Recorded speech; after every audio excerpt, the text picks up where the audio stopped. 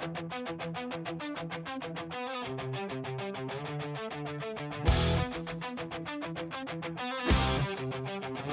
goes to the movies. Mark goes to the movies. Mark goes to the movies. Long kick shout. Mark goes to the movies. Mark goes to the movies. Mark goes to the movies.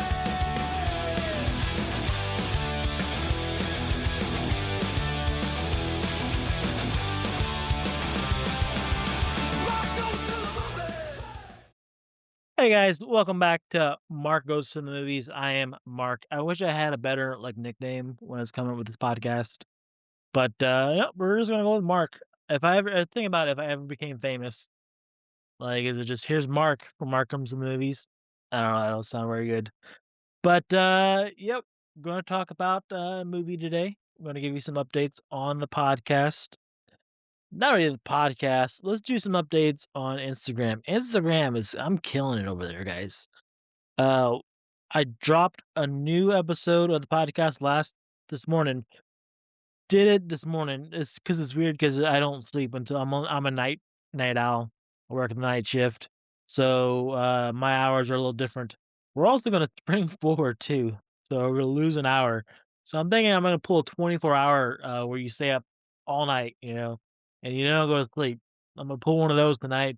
We'll see how many podcasts I can get out. I'm about to watch another movie for my next one, and as soon as I crank this one out.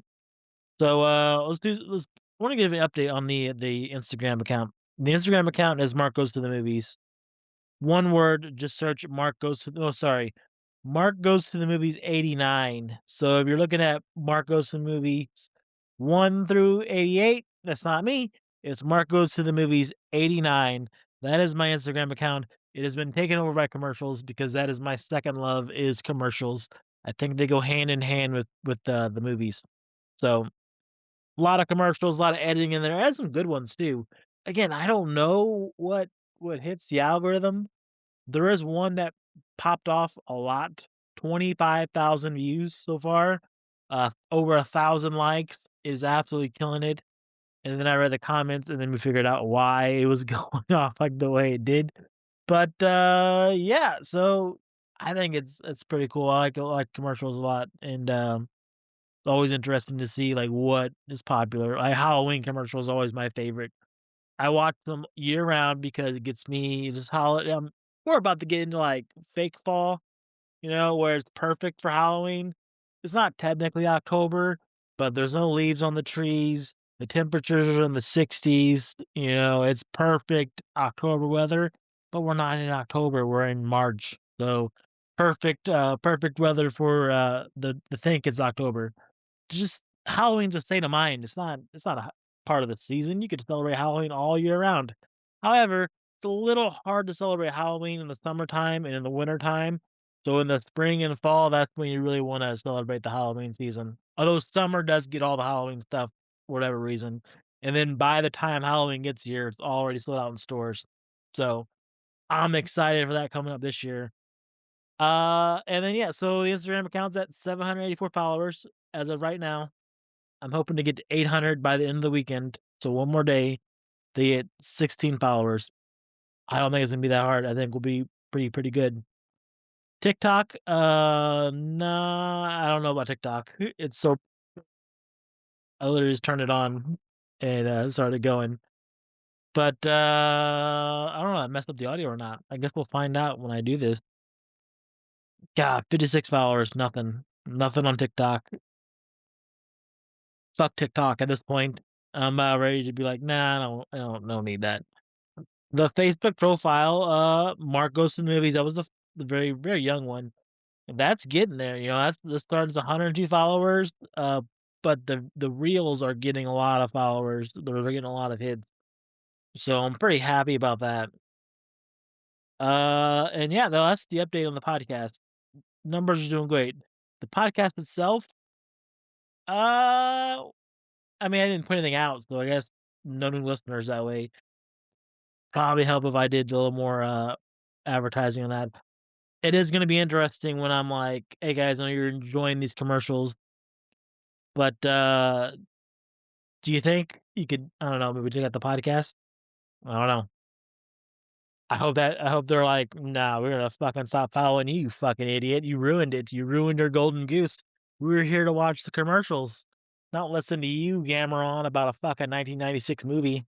But, we'll see. I don't know. People are famous for a lot less, is what I keep telling myself. 'Cause you know what? It really is like, why would you do a podcast? No one wants to listen to you. And then you see some of these TikTok accounts, they're so fucking stupid. Like, it's fucking dumb. Like, a lot of it's AI slop bullshit where they're making fake shit.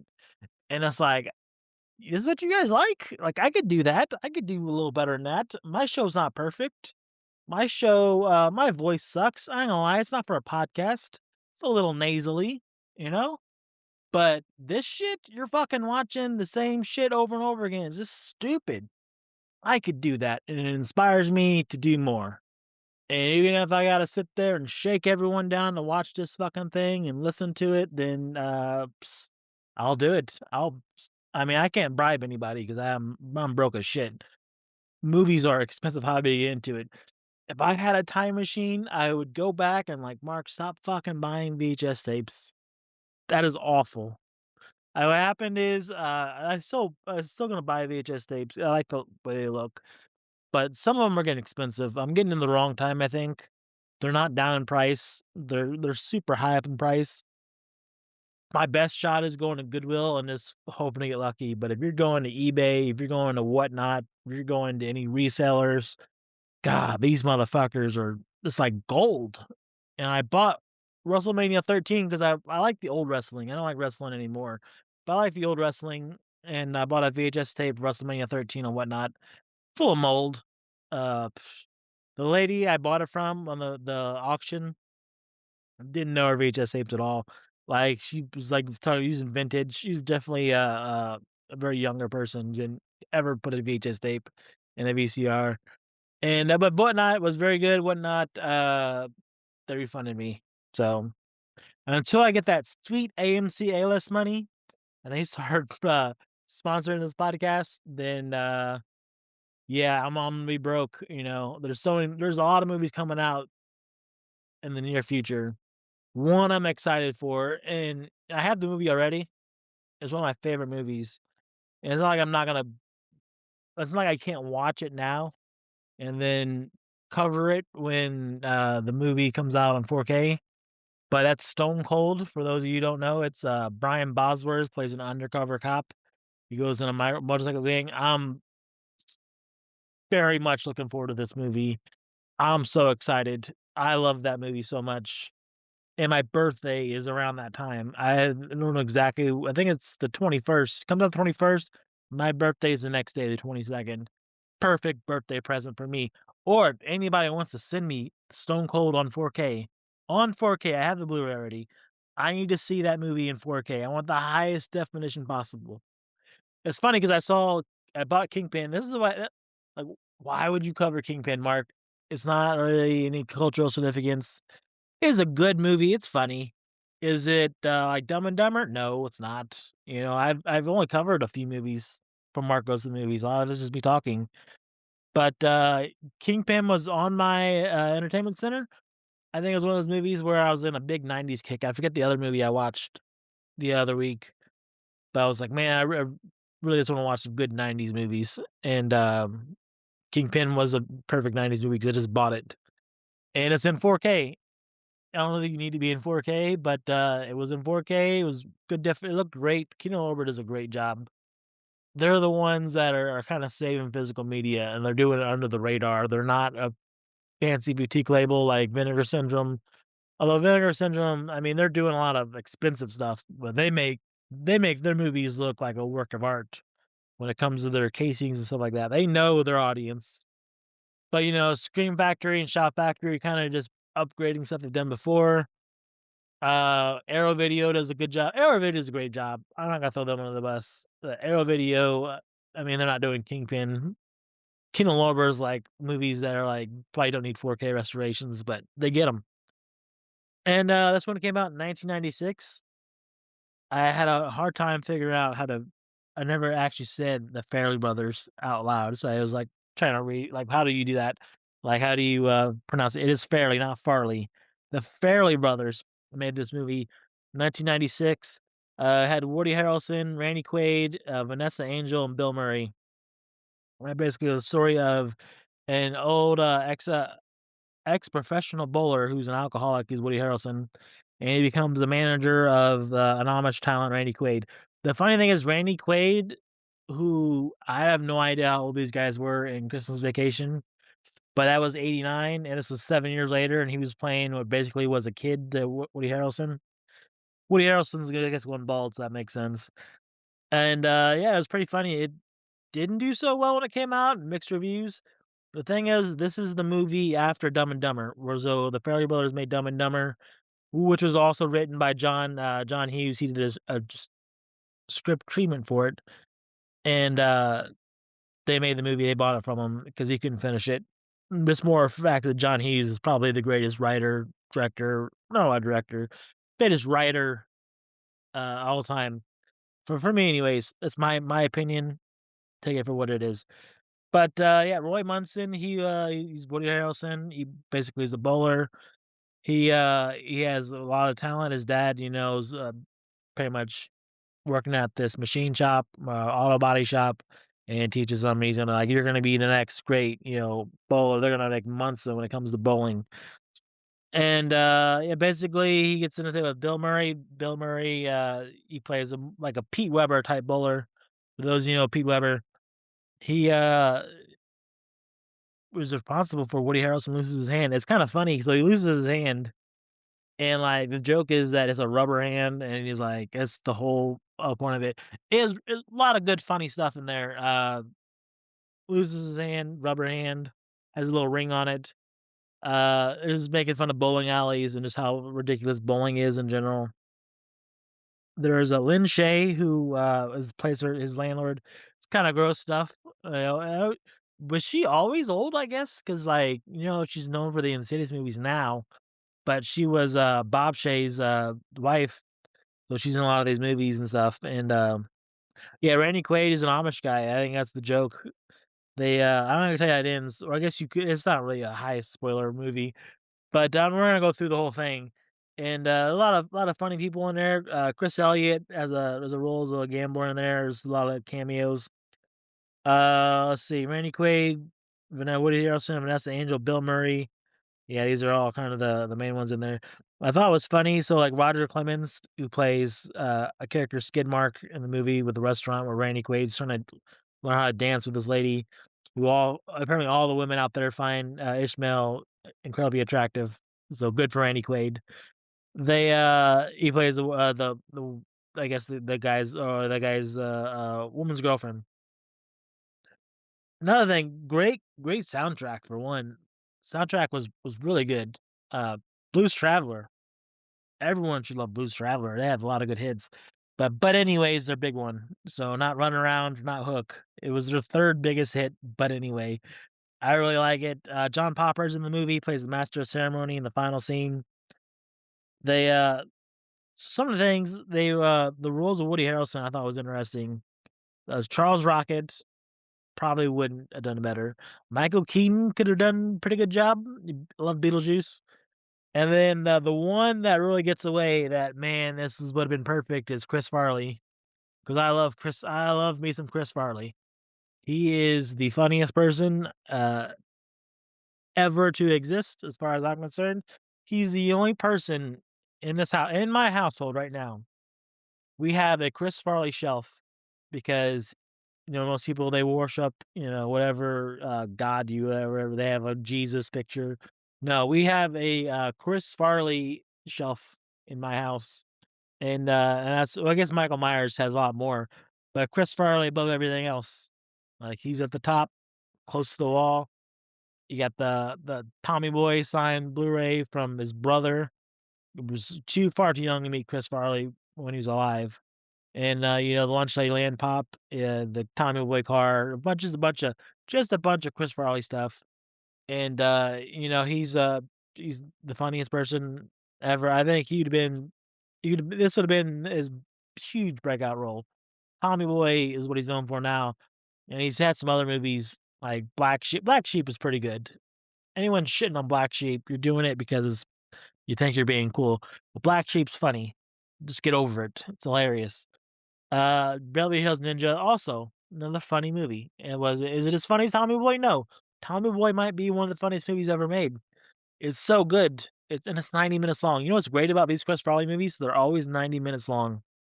And then he has a lot of great cameos in it, but man, Kingpin would have been good for him. And then Jim Carrey was the alternate for Bill Murray. Bill Murray's pretty funny. Jim Carrey could have switched those guys out. I don't. It's not neither one. When it opened up, it was the fifth highest grossing film of that weekend, so it didn't do so good at all. Like now, it's interesting. A movie comes out, it's a brand new movie, goes number one. Usually, most of the time, unless it's opening up against somebody else. Back then, I guess these movies stayed in theaters for so long that it was like they would fall behind other movies.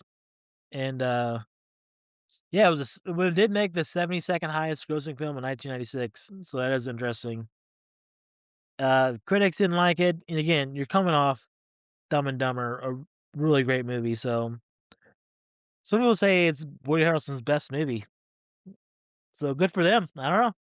That's what again, I don't know how to cover this one. It's a little interesting. Let's see. Let me give you some behind the scenes stuff. So, directed by the Farrelly brothers, it was right after Dumb and Dumber. Uh, Big Ern the Kraken by Bill Murray. Christopher McDonald's also considered before Bill Murray. That would have been a step down, I think. It'd have been too close to Happy Gilmore. Roy Munson loses his hand early in the movie. The rubber hand is real. The landlord scene was controversial. It had to be trimmed down to avoid the NC-17 rating. Real bowlers appear. So they have lots of Mark Rolfe, one of the greatest bowlers ever, apparently. Let's see, Randy Quaid, Amish Prodigy. Yeah, that's not really giving me a whole lot. Let's see, some hidden jokes in Kingpin. Let's see what that says. That's interesting. Give me some hidden jokes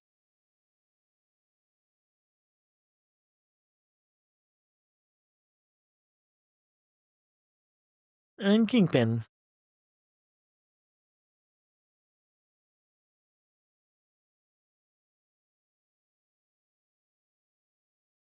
And nothing. It's not giving me anything. Well, that's how this movie ends. Yeah, go watch it. I mean, it has over $20. 4Ks are $20 now. Isn't that great? You know, after a little while at least, you buy right out of the gate, it's gonna cost you like $28 to $30 for a 4K. Now they're $20, which seems affordable. I don't enjoy buying the same movie twice because I had Kingpin on Blu-ray and I had felt the need to upgrade it, to match the other ones. But it is what it is, and that's what Kingpin is.